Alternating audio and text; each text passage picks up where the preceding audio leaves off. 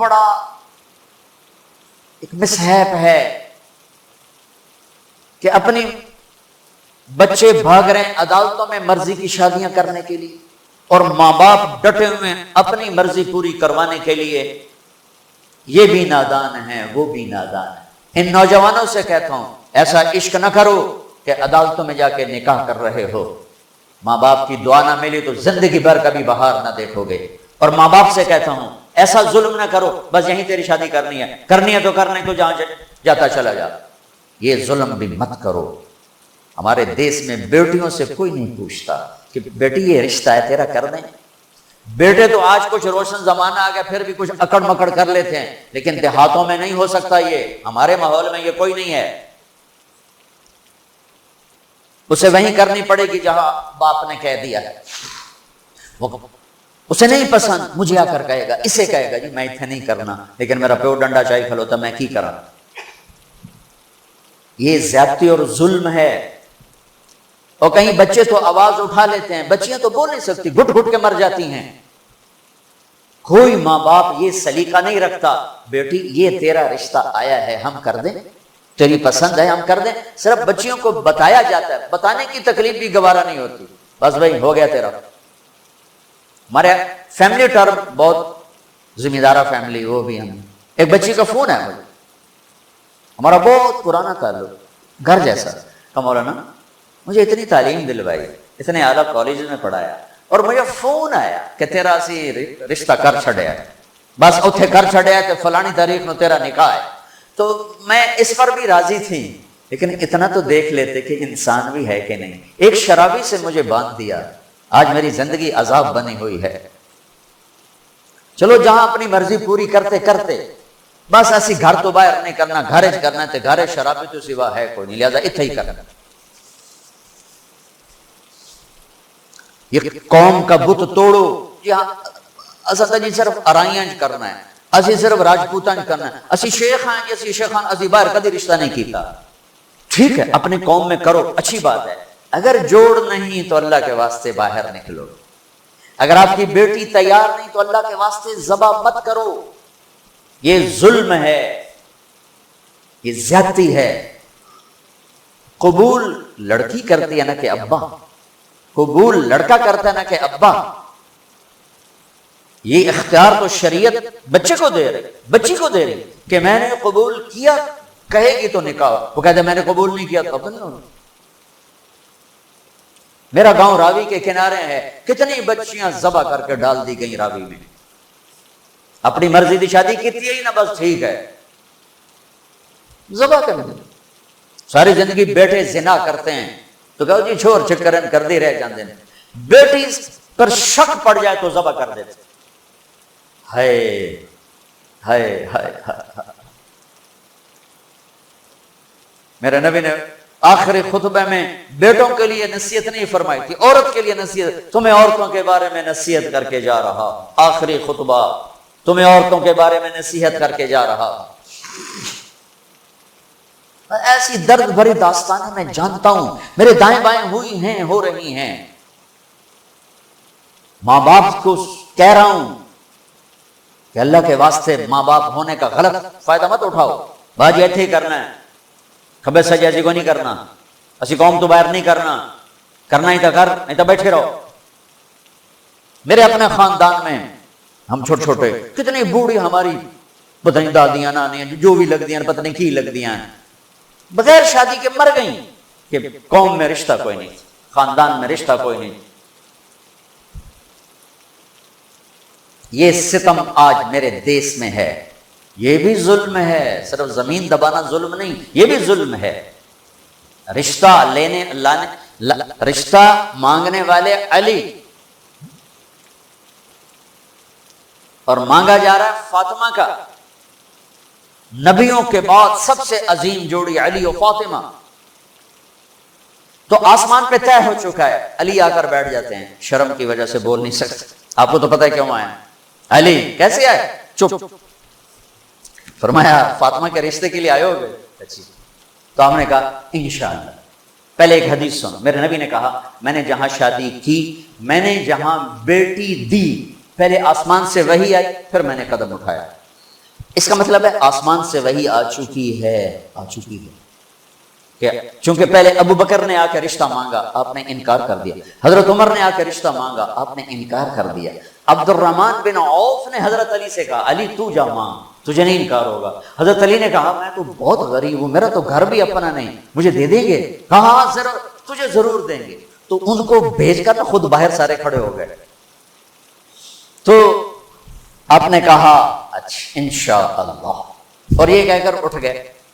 حضرت علی پریشان ہو کے باہر نکلے تو اب پوچھا عبد الرحمن کیا ہوا؟ کہ انکار ہو گیا۔ انہوں نے کہا کیسے؟ کہا بس کچھ نہیں کہا۔ کہا کچھ تو کہا؟ کہا انشاءاللہ کہا۔ تو کہا بس ہو گیا۔ کہا وہ کیسے؟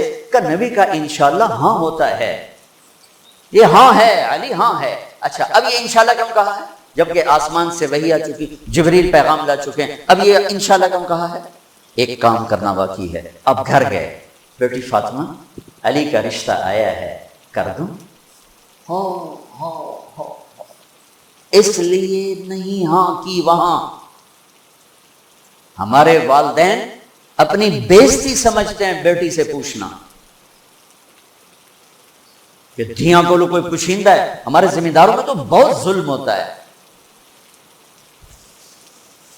جیسے کوئی گائے بھینس ہے، جیسے کوئی بھیڑ بکری ہے، گلے میں رسی ڈال کے اور کسی کے قلعے پہ جا کے باندھ دو، کسی کے کھونٹے کے ساتھ جا کے باندھ دو۔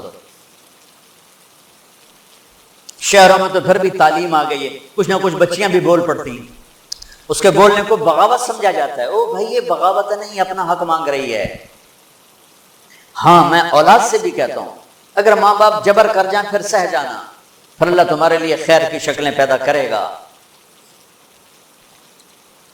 باغی ہو کے قدم اٹھاؤ گے تو تباہی ہے۔ لیکن ماں باپ سے بھی کہتا ہوں ایسے نادان نہ بنو، ایسے نادان نہ بنو۔ کیا حضرت فاطمہ انکار کر سکتی تھی؟ کیا حضرت فاطمہ پر اتنا اعتماد نہیں تھا میرے نبی کو؟ کیا آپ کہتے ہیں ہاں علی ٹھیک ہے بولا، میں بعد میں خود پوچھ لوں گا؟ نہیں، امت کو سبق دینا ہے کہ جو جوڑی آسمانوں پر طے ہو چکی ہو اس میں بھی پہلے پوچھنا ضروری ہے۔ حضرت فاطمہ نے عرض کی جی ہاں، پھر واپس آئے، علی مجمع اکٹھا کرو، لوگ اکٹھے کیے، پھر حضرت علی کو یہاں بٹھایا سامنے، پھر ممبر پہ کھڑے ہوئے کہ لوگو جبریل میرے پاس یہ پیغام لے کر آئے اللہ کا کہ میں اپنی بیٹی فاطمہ کا ہاتھ علی کے ہاتھ میں دے دوں۔ پھر پوچھا، کیوں پوچھا؟ اے میری امت بچیوں سے پوچھنا، یہ ان کا زندگی انہوں نے گزارنی، تم نے تو نہیں گزارنی، میری عزت کا سوال ہے، میری غیرت کا سوال ہے۔ تیری زندگی تو گزر چکی ہے، اس لیے ابھی شروع کر رہی ہے، کیوں اس کو سسکا کے مارنا چاہتی؟ پھر بیٹیوں کو حصہ کوئی نہیں دیتا وراثت میں، کیا کہیں کوڑے کے ڈھیر پر پڑی ملی تھی یا کہیں یتیم خانے سے اٹھا کے لائے تھے یا کسی اور پیٹ میں اس بچی نے پرورش پائی یا کسی اور چھاتی کا دودھ پیا یا کسی اور پانی سے یہ بنی؟ تیرے پانی سے بیٹا بنا، تیرے پانی سے بیٹی بنی۔ ایک چھاتی کا بیٹے نے دودھ پیا، اسی چھاتی کا بیٹی نے پیا۔ پروان چڑھی تو جہیز ہے کہ رخصت۔ اب چند دن پہلے ایک خاتون کا مجھے فون آیا ایک شہر سے کہ جی بھائیوں نے باپ بیمار ہوئے تو بھائیوں نے فراڈ کر کے ساری جائیداد اپنے نام لگوا کے مجھے خالی ہاتھ کر دیا ہے، میں در بدر پھر رہی ہوں، نہ میرے پاس گھر ہے نہ میرے پاس کھانے کو روٹی ہے، اور بھائیوں نے ساری جائیداد پہ قبضہ کر لیا۔ یہ ہر گھر کی کہانی ہے، 100 میں 100 یہ کر رہے ہیں، کوئی لاکھوں میں ایک ہے جو بچیوں کی وراثت کا اہتمام کرتا ہے۔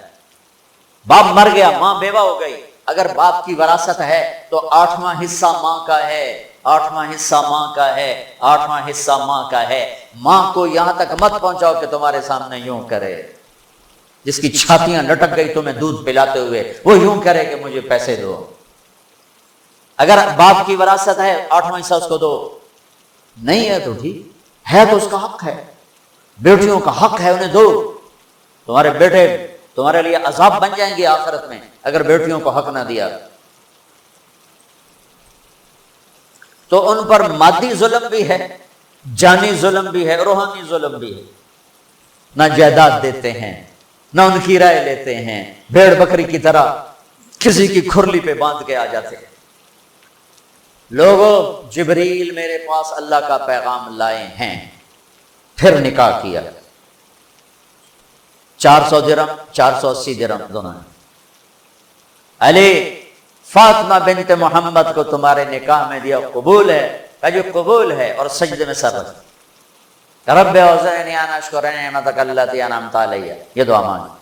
اللہ کے نبی نے زور سے آمین کہا، پھر آپ نے سب کو شہد کا شربت پلایا یا چھوارے کھلائے، پھر رخصتی ہوئی، مہینے بعد 6 ماہ بعد سال بعد یا فوراً، ساری روایات ہیں۔ حضرت علی آئے تو آپ کو اندر لے گئے، حضرت فاطمہ کا ہاتھ پکڑا اور علی کے ہاتھ میں دیا اور کہا علی آپ کو نبی کی بیٹی مبارک، اللہ آپ کو نبی کی بیٹی مبارک۔ پھر فرمایا میری بیٹی، مجھے اپنے خاندان میں جو سب سے زیادہ محبوب تھا، میں نے تیرا ہاتھ اس کے ہاتھ میں دیا ہے،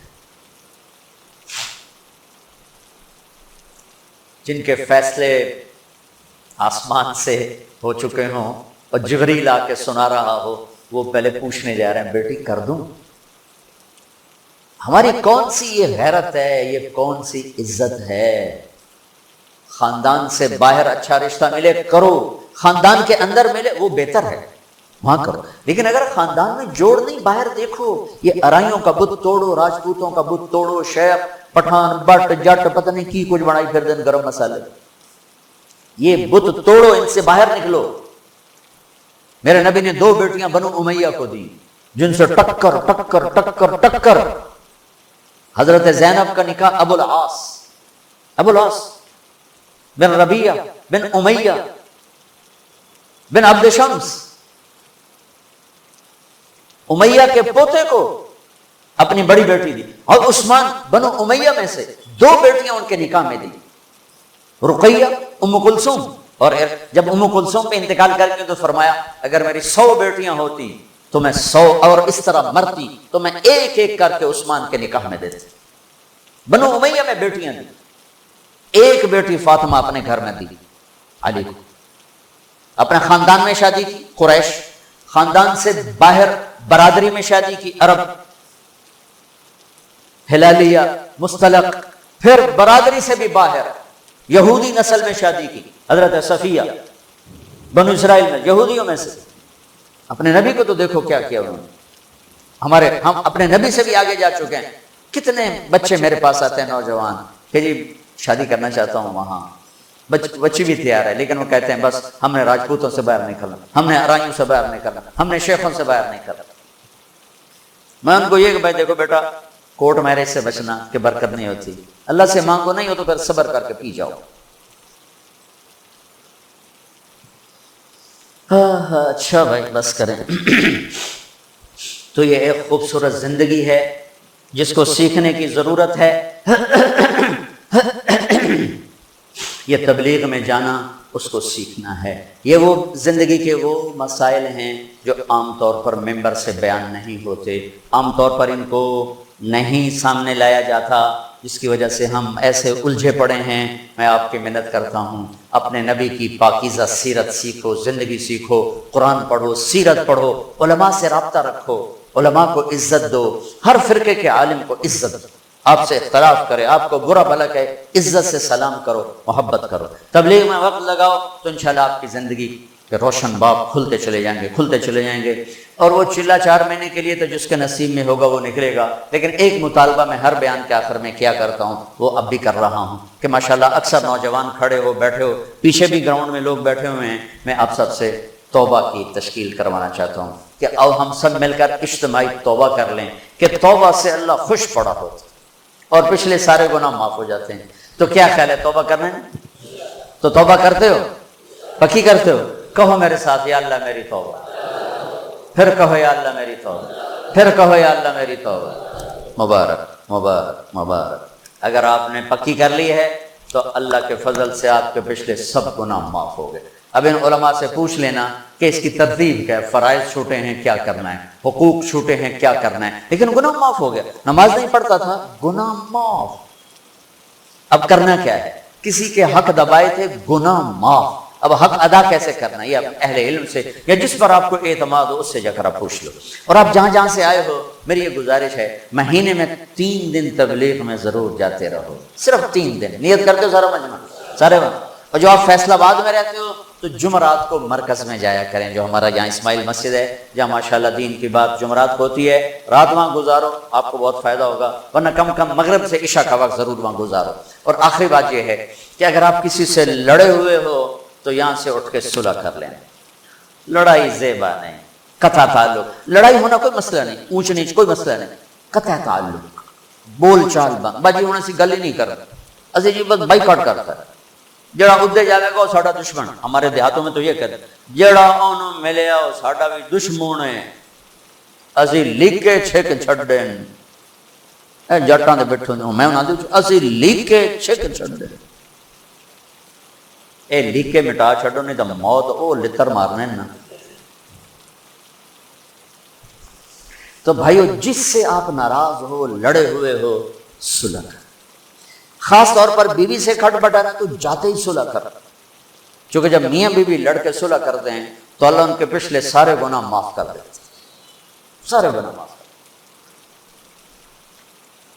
اور عجب حدیث سنا، سب سے پہلے جو ترازو میں تولا جائے گا نا عملوں کو، تو نماز ہے یا روزہ یا تبلیغ یا علم یا حج، نہیں، سب سے پہلے بیوی سے سلوک تولا جائے گا، سب سے پہلے بیوی سے کیا کرتا تھا یہ تولا جائے گا۔